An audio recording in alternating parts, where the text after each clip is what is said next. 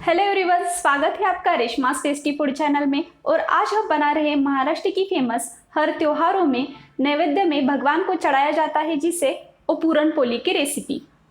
पूरन पोली में सिर्फ गेहूँ यूज़ करना है या मैदा भी डालना है? दाल कौन सी होनी चाहिए, दाल कैसी होनी चाहिए, उसे भिगोना है या फिर डायरेक्टली उसे पकाना है, गुड़ कितना डालना है, गुड़ कम डालने से क्या होगा, गुड़ ज़्यादा डालने से क्या होगा, चीनी डालने से क्या होगा, मैदा क्यों यूज़ करना पड़ता है, हल्दी क्यों डालते हैं, इलायची क्यों डालते हैं, नटमेग क्यों डालते हैं, आटा कैसे गूंदना है, आटे को कितने देर तक रखना है, पूरन पोली को कैसे बेलना है, सारी डिटेल्स मैंने आपके साथ इस वीडियो में शेयर की है।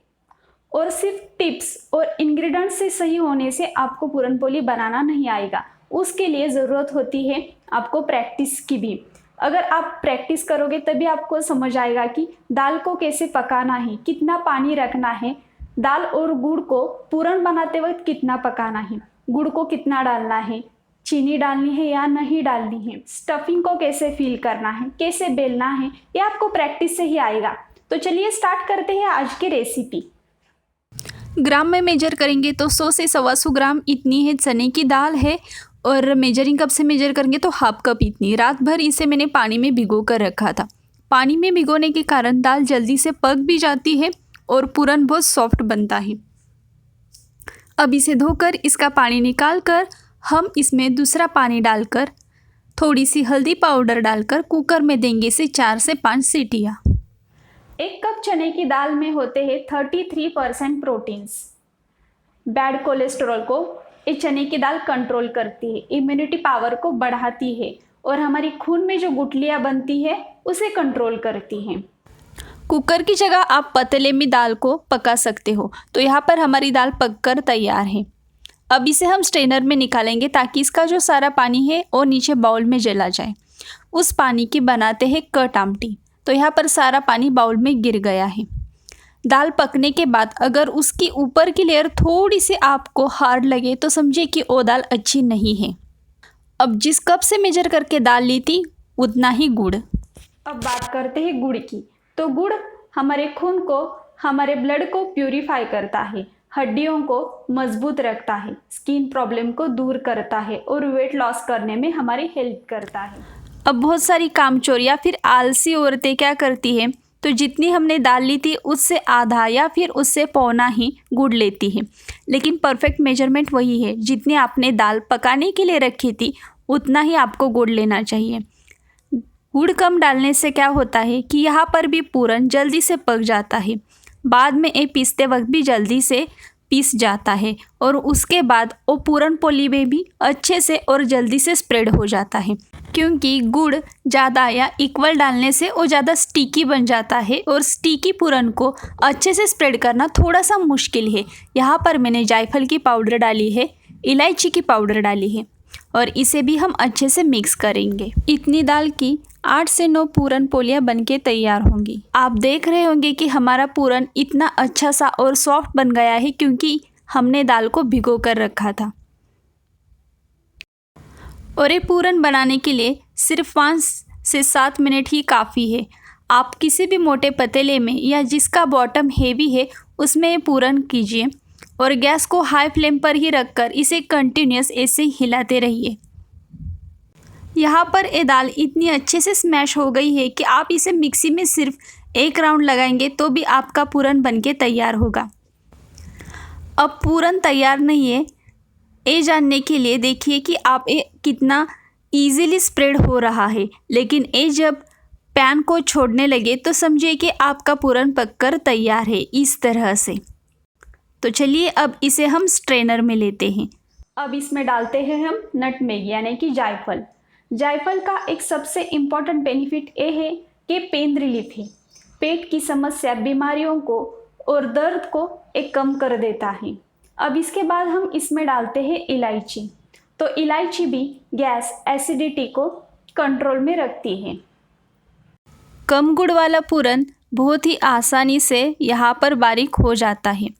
वो ऐसा चिपचिपा सा एक्स्ट्रा मॉइस्चर वाला होता है, लेकिन इस पूरन को बारीक करने के लिए थोड़ी और ज़्यादा मेहनत लगती है। फिर भी मैं बार बार कह रही हूँ, इसे दाल को हमने भिगोया था इसलिए आसानी से बारीक हो गया है। अब इस पूरन को हम बाजू में रख देंगे और ये बहुत ही सॉफ्ट है। आप इसे फ्रीज में 8 दिन के लिए एयरटाइट में स्टोर करके रख सकते हो। सिर्फ गेहूं का आटा लिया है जिसमें मैंने टेस्ट के अनुसार नमक डाला है और पूरन पोली को अच्छा सा कलर आने के लिए एज़ यूजुअल हमने इसमें डाल दी है थोड़ी सी हल्दी। अब थोड़ा सा पानी लेके मैंने आटा गूंद दिया है। गेहूं का आटा अगर आप सिर्फ लेते हो तो गेहूं अच्छी क्वालिटी के होने ज़रूरी हो, राशन के नहीं चलेंगे। दूसरी बात कि पिसा हुआ आटा एकदम बारीक होना चाहिए। तीसरा है कि अगर आपको सिर्फ गेहूं के नहीं आते और आप नए बना रहे हो तो आप सिर्फ मैदे के भी बना सकते हो। और अब आप कहेंगे कि मैदा खाने के लिए अच्छा नहीं है, लेकिन हम मैदा पिज़्ज़ा में खाते हैं, बटर में खाते हैं, टोस्ट में खाते हैं, ब्रेड में खाते हैं, बिस्किट में खाते हैं, केक में खाते हैं, बहुत सारी चीज़ों में हम मैदा खाते हैं।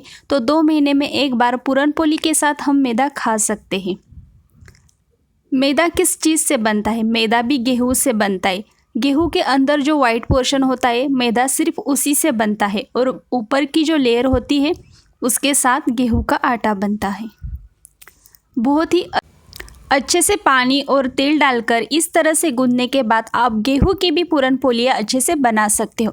पौना घंटा मैंने इस आटे को ढककर रखा था और फिर से तेल लेकर हम इसे अच्छे से गूंदेंगे। तो देखिए कितना सॉफ्ट हो गया है, जैसे कि मैदा होता है। अब इसकी हम छोटी छोटी लोरियाँ बनाकर रखेंगे और उसी की साइज़ में हम लेंगे यहाँ पर पूरन की भी गोलियाँ। अब स्टफिंग को फिल आप अपने स्टाइल में या फिर जो मेथड आपको इजी लगे उसके अनुसार कर सकते हो। तो यहाँ पर हमारे दोनों लोरियाँ तैयार है, गेहूं के भी और पूरन के भी। तो मैंने हाथ को थोड़ा सा तेल लेकर, क्योंकि आटा बहुत ही सॉफ्ट है, तो इस तरह से स्प्रेड कर दिया है और इसमें स्टफिंग भर दिया है। अब ऊपर का एक्स्ट्रा हम भाग निकाल देंगे और इसे आटों में डुबोकर अंदर के स्टफिंग को अच्छे से स्प्रेड करेंगे और नीचे फिर से थोड़ा सा आटा लेकर इसे बेलेंगे। दाल और गेहूं का आटा जब मिक्स हो जाता है तो उससे हमें बहुत सारे ज़्यादा मात्रा में अच्छे वाले प्रोटीन्स मिलते हैं, एमिनो एसिड्स भी मिलता है जो हमारे शरीर के लिए बहुत अच्छा होता है। यहाँ पर मैंने वीडियो का स्पीड बढ़ा दिया है, लेकिन जब आप पूरन पोली को बेलते हो तो आपको बहुत ही धीरे धीरे बेलना ज़रूरी है। अब जहाँ पर हमने गुड़ लिया था वहाँ पर आप आधी चीनी भी ले सकते हो। चीनी से एक अच्छा कलर आता है और सिर्फ चीनी डालकर भी पूरन पोली बनती है, लेकिन चीनी हमारे सेहत के लिए अच्छी नहीं है, इसलिए आप इसे पूरा स्किप भी कर सकते हो, जिस तरह से हमने भी इस वीडियो में स्किप कर दिया है। तो यहाँ पर हमारी ये पूरन पोली बेलकर तैयार है। अब हमने गैस की फ्लेम को हाई कर दिया है और उसके ऊपर पूरन पोली डाल दी है। अब नीचे से छोटे छोटे एयर बबल्स आएंगे, थोड़ी सी फूलने भी लगेंगी, तब इसे हम पलट देंगे। महाराष्ट्र की पूरन पोली और तमिल में पुरुप्पु पोली और कोंकण में उबत्ती और कन्नड़ में होलिगे कहते हैं। तो सिर्फ ये पूरन पोली यहाँ पर फूली ही नहीं है, तो सारा पूरन अच्छे से स्प्रेड हो गया है और वो भी मैंने वीडियो के एंड में आपको दिखाया है। हर स्टेट वाइज इसका नाम अलग है और टेस्ट भी अलग है, इसे बनाने के तरीके भी अलग हैं। तो देखिए यहाँ पर इस पूरन पोली को ही मैं आपको बीच में से फाड़ कर दिखाती हूँ कि इसका पूरन अच्छे से स्प्रेड हो गया है। बहुत प्रैक्टिस करने के बाद आपको भी पूरन पोली ईजिली आ जाएंगी। कुछ चीज़ें हम आँखों से देखकर सीख जाते हैं, कुछ बनाकर सीख जाते हैं और कुछ बहुत प्रैक्टिस के बाद भी सीख जाते हैं। तो आने वाले गौरी भोजन पर आप भी इस तरह पूरन पोली बनाइएगा। मिलते हैं अगले वीडियो में एक नई रेसिपीज़ के साथ। आई होप आपको ये वीडियो अच्छा लगा होगा।